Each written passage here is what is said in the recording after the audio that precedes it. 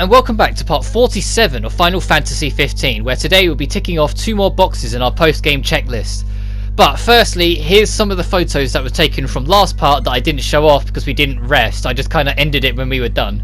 But back to post-game now. But anyway, the first thing is to do with how to make money, because as you've noticed throughout the entire Let's Play, I've been flat broke.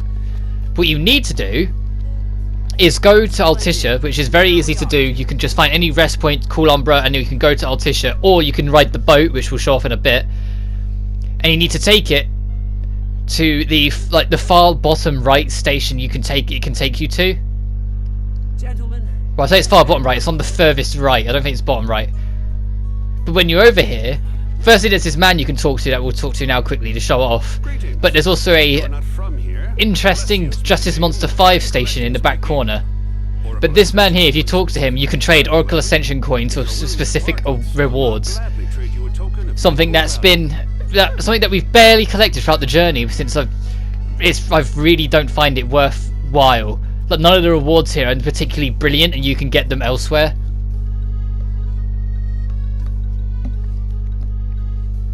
Except maybe the Mega Elixir is nice to have.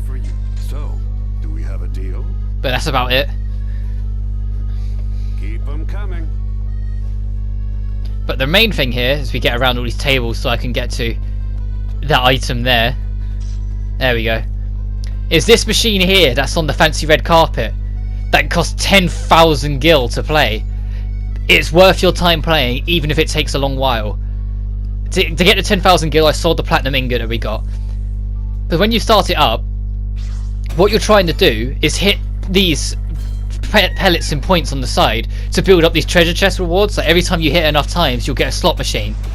The slot machine, what you're always looking for in the slot machines are the chocobo chests. What you need to do, and this is what takes it forever, is get it to 99. And as you're going to see here, I keep it on screen, you don't always get it. You very unoften get it. And this is me 2.5 hours later finally getting the last lot I need to get it to 99. And then once you've got 99, quit out of it and you'll get this, the Wind Up Lord Vixos or Velios. Take it to any shop and sell it. It's because your 2.5 hours worth of work are about to be paid off. You will get 500,000 gil for your troubles. Although, like, if you want to collect absolutely everything in the game, that won't be enough to pay that off. That will be enough for everything I want to do in the post game here, by quite a stretch. And with that newly acquired 500,000, we can now afford to pay the triple experience guy over here, which is 30,000. So I can show you just how effective triple experience really is. Soft beds, baby. This is the highest multiplier you can get for any kind of experience multiplier, so really make the most of it and enjoy it. And watch these levels skyrocket. They were the levels we finished the game on, and this is the levels we get a proper post-game push.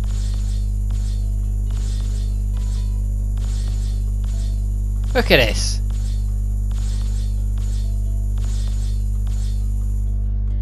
Level 58 with everyone else on 56. That's a very comfortable level to be on, and a very fitting picture that Prompto took there. But that being said, we can now tick off how to make money. There are other ways of getting a Wind Up Lord Velios, and other ways of earning it and whatnot that have been added later on, but that's still a very convenient, effective way of doing it. And here's what I mean: if you go to any rest point, you can call Umbra and use it to take you around. So I'm going to ask Umbra to take us back to past Lucis, where we can explore the world of Eos a bit more to carry on the rest of our post-game. The next box we're ticking off is something that I teased at the start of last part through the phone call. But Cindy has got a bit of interesting information. There's been a few sizable earthquakes that have been floating around and taking off around the area. Especially in this area, and we've been tasked to investigate.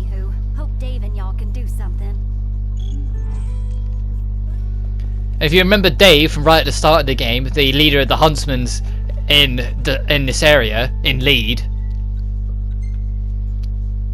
that's where we were going to talk to ask about it. But we've got a long drive down there. And for some reason, I don't know why I was in the mood when I recorded this, but I put it on a beginning of the end from Type 0, which is like the only track I like from Type 0 because it's such a damn good track. And I also set this whole side quest as my primary quest. But it ends up working out in the end, and I'll shut up for it when we get to it, but this theme is quite a long track, but the chorus at the end of the track is legendary in my opinion. It's what makes me love the track so much. It's just the chorus at the end. And without spoiling why, but it ends up lining up with what we're doing surprisingly well later on. Because I just keep the track playing, I never turn it off, so it never resets. If you leave the vehicle, when you return to it, it'll just continue where it left off. And it ends up working a lot in my favour. Also during this, I try and work out how to get the horn going, just for me to discover it's the triangle button eventually. Just tap triangle and they'll whack the horn.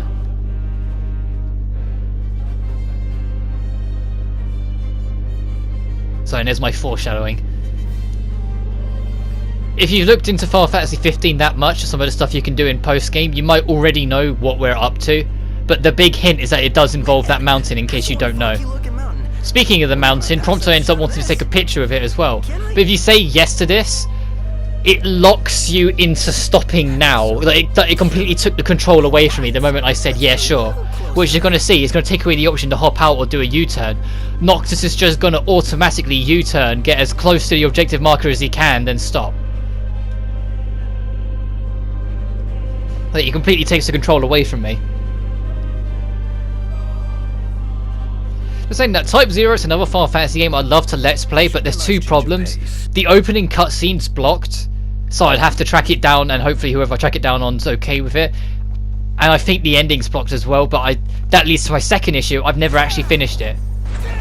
I got to the end of Chapter 2 and just stopped, and it wasn't because I didn't enjoy it. I actually really enjoyed it. I just wanted to play other stuff, and I just never came back to it. Take a shot from here. Which I really should do. It's the same with World of Final Fantasy. I'm noticing that I've kind of let that lie for the past fortnight or so. I need to get back on it and start playing it a bit. Like, as soon as the Persona dancing games came around, I just haven't touched it since.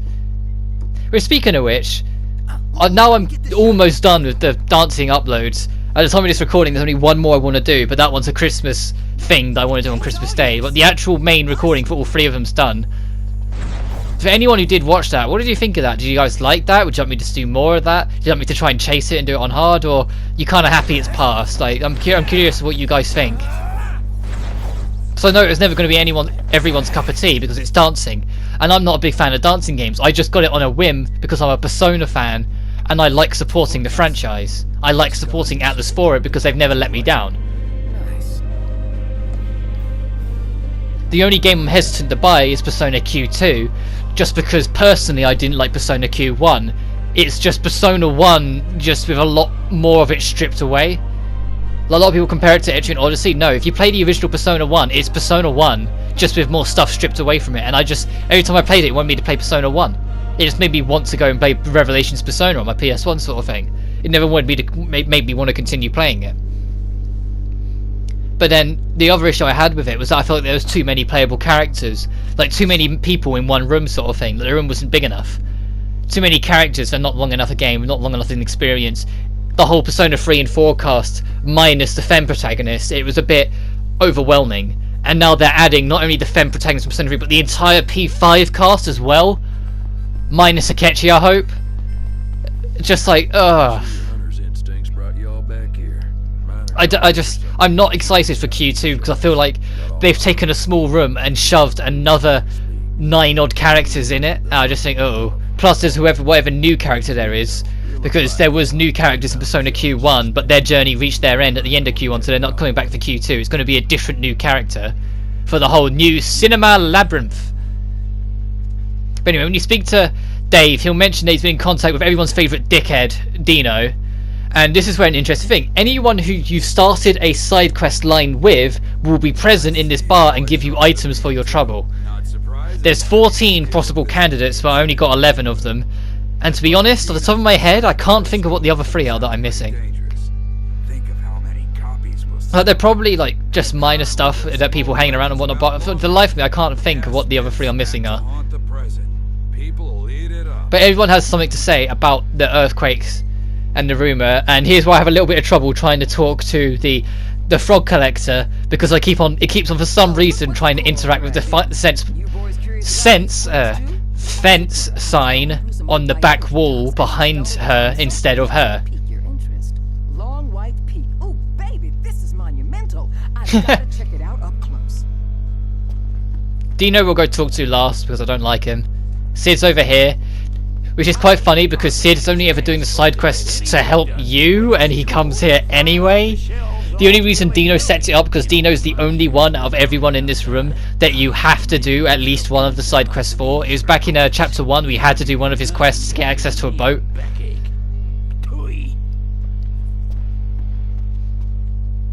Over here there's a sign from Wiz if you help Wiz out. Wiz doesn't come along, he's got to tend to his chocobos.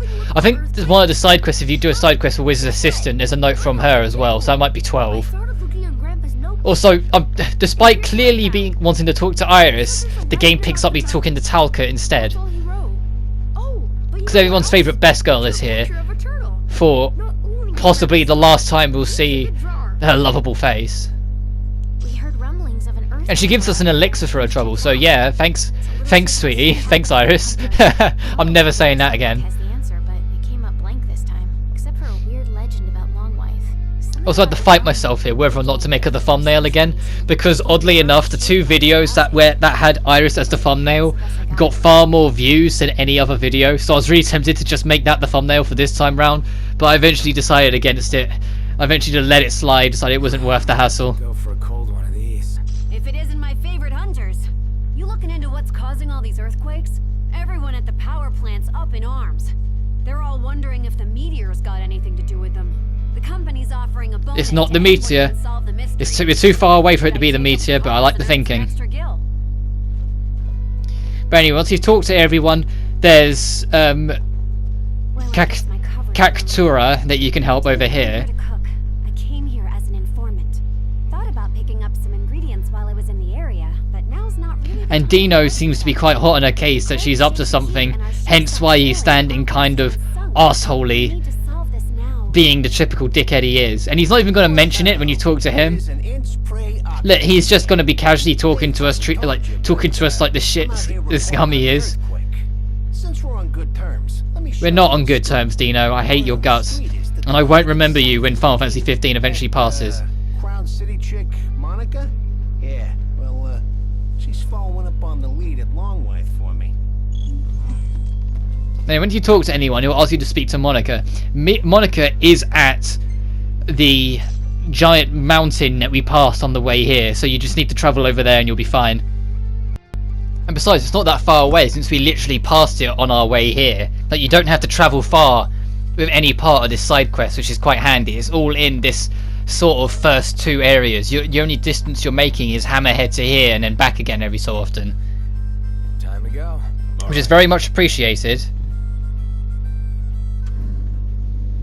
And it's the only reason why I'm driving manual, since it's only short distance.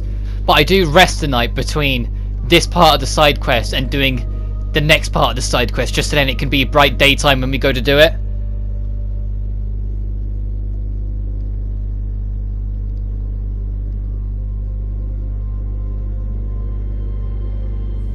Oh, I love this music.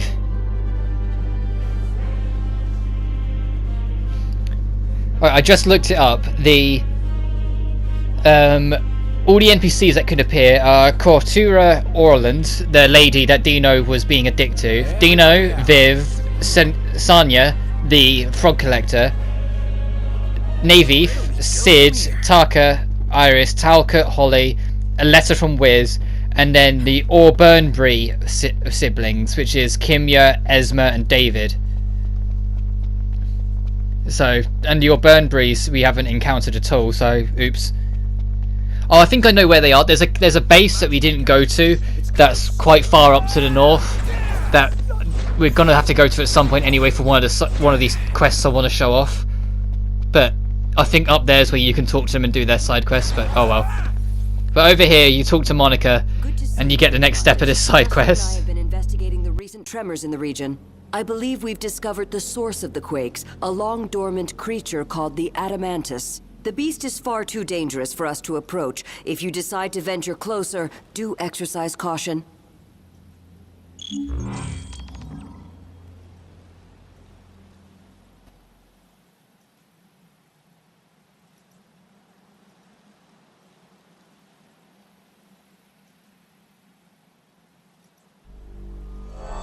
Whoa! What is that? Whoa! Oh no! No, wait, dude! That's a turtle! Look at the size of it. It's freaking huge. For this part of the side quest, all you're doing is running away from the Adamantoise. Don't try and fight this behemoth right now. It is not worth it. You won't win and you're on a time limit. You have to move away now. Look at it!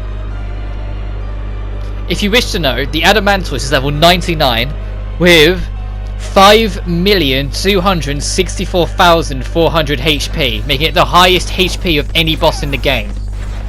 Has a strength stat of 190,690, vitality of 325, and spirit of 223.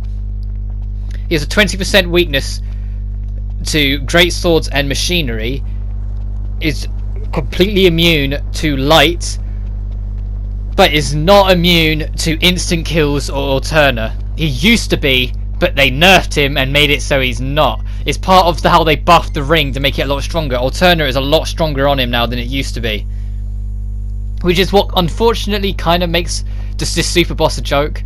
Like, we have to initiate the second half of it, which is going and initiating the hunts now and then going and killing it, which we're gonna do. But you're gonna see when we get there, like, you can fight it properly, and I do for a little bit, but you can just use the ring and nuke it and it will just die, which when the game launched you couldn't do. You had to do the whole fight, and there's already a video of me doing the whole fight on YouTube. But I say that I edit through it so it's only a few minutes long, because I wasn't going to keep in the whole hour and a half war I had with it on my original playthrough. But I have fought the whole thing before and it's ridiculous.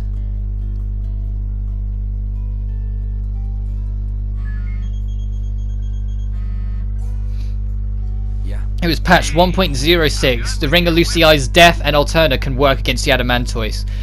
Death takes a very long time to work though, which is the whole draining from them, so don't. But you can, but it takes a long time.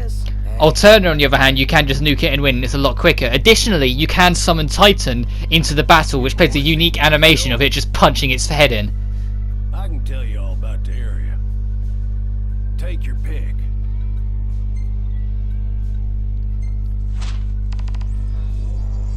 The main strategy for fighting the Adamantoise that I'll go through as we approach is that you need to damage the arms and legs, or the fins, enough that they break. As soon as they break, the head will become stunned, and from that point you have to do everything in your power to batter the head whilst it's stunned and maximise the damage, because it's 5 million HP you're burning through. It's not going to happen in a heartbeat unless you've really prioritised stats in how you work it. Also, when you do the Adamantoise hunt, during the entirety of it, until you either fail, give up, or win, there are no NPCs you can talk to. Once you access it, it's the only thing that will load in is the Adamantoise. They justify it by saying everyone's gone into hiding, but I just think they did it to make sure the game could handle it. But now here's what I mean. The music from beginning and the end just ends up fitting perfectly as we approach the Adamantoise.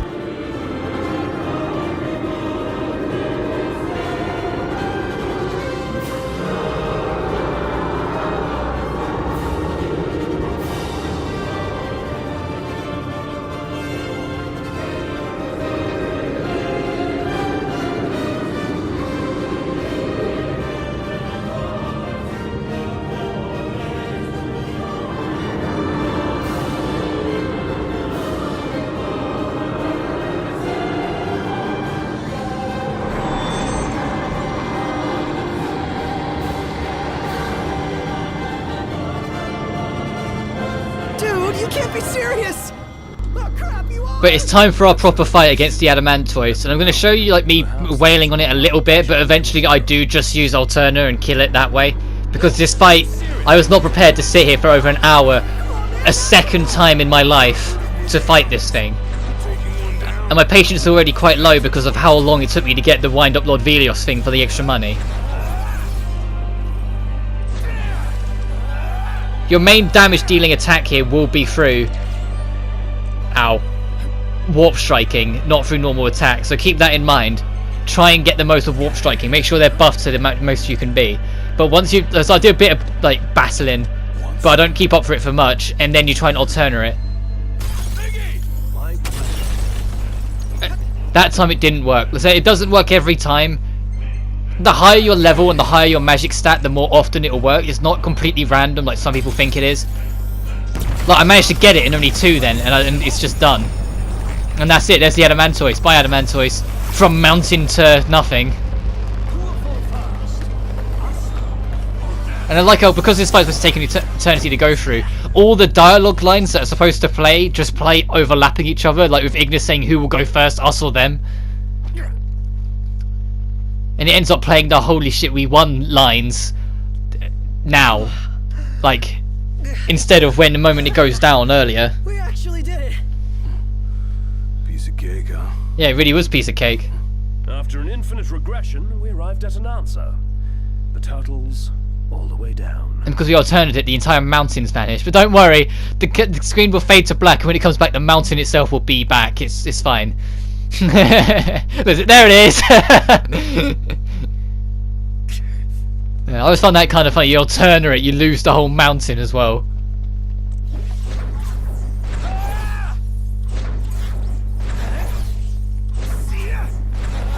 Anyway, I head back to the car to cash in this Adamantoise hunt, because it is a hunt at the end of the day. So if you report it back to where you got it from, you do get a reward, and the reward's worth it. It's called, you get the Adamantoise bangle, which will give any character 9,999 HP. And if you do the chapter select to completely reset this side quest and do it constantly, you can have every character have 9,999, because you won't get the Adamantoise bangle for retrying the hunt, because you can redo hunts. You'll just get the Adamantoise meat or the Adamantoise scales and whatnot.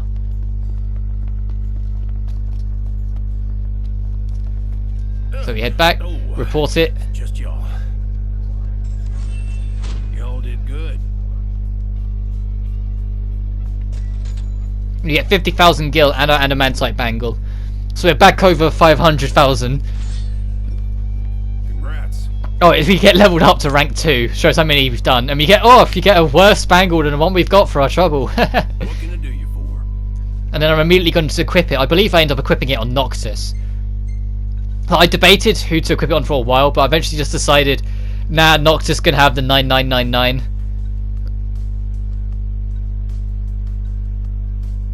Look at that. Oof. Beautiful. Anyway, we're going to go sleep this off, even though it's early, to get the pictures. And next time on Final Fantasy 15, I'm going to definitely tick off one more box. And that is, I want to get the upgraded Armiger next part before I tackle the optional dungeons, because I can show it off in them. But then I'm going to start working on the optional 2 dungeons. But I haven't practiced them yet, so I don't know how long they'll take. Like, I don't know if it'll be both in one part or just one of them. Like, I'm going to assume it'll be just one of them until proven otherwise, but we'll see how we get. Nice. Hand over your weapon and I'll get to work. Good. How y'all doing? Anyway, we've given him the engine blade as well, so we can get that stronger. Looks we will hopefully get ultimate weapon before the end of this let's play. The only thing we can't do that's been put on hold is the comrade stuff, because as some of you might be aware, in the most recent update they separated comrades to make its own standalone thing from Final Fantasy 15. The EU PS4 version has an issue right now transferring saves, aka you can't. So until that is patched and fixed, I can't do anything comrades related, because I'd have to start a new file, and I've put way too many hours into it to start a new file to try and burn that through to do it. And they have addressed it and acknowledged that it is a problem, so it will get a patch soon and then I'll do it, but until then I can't.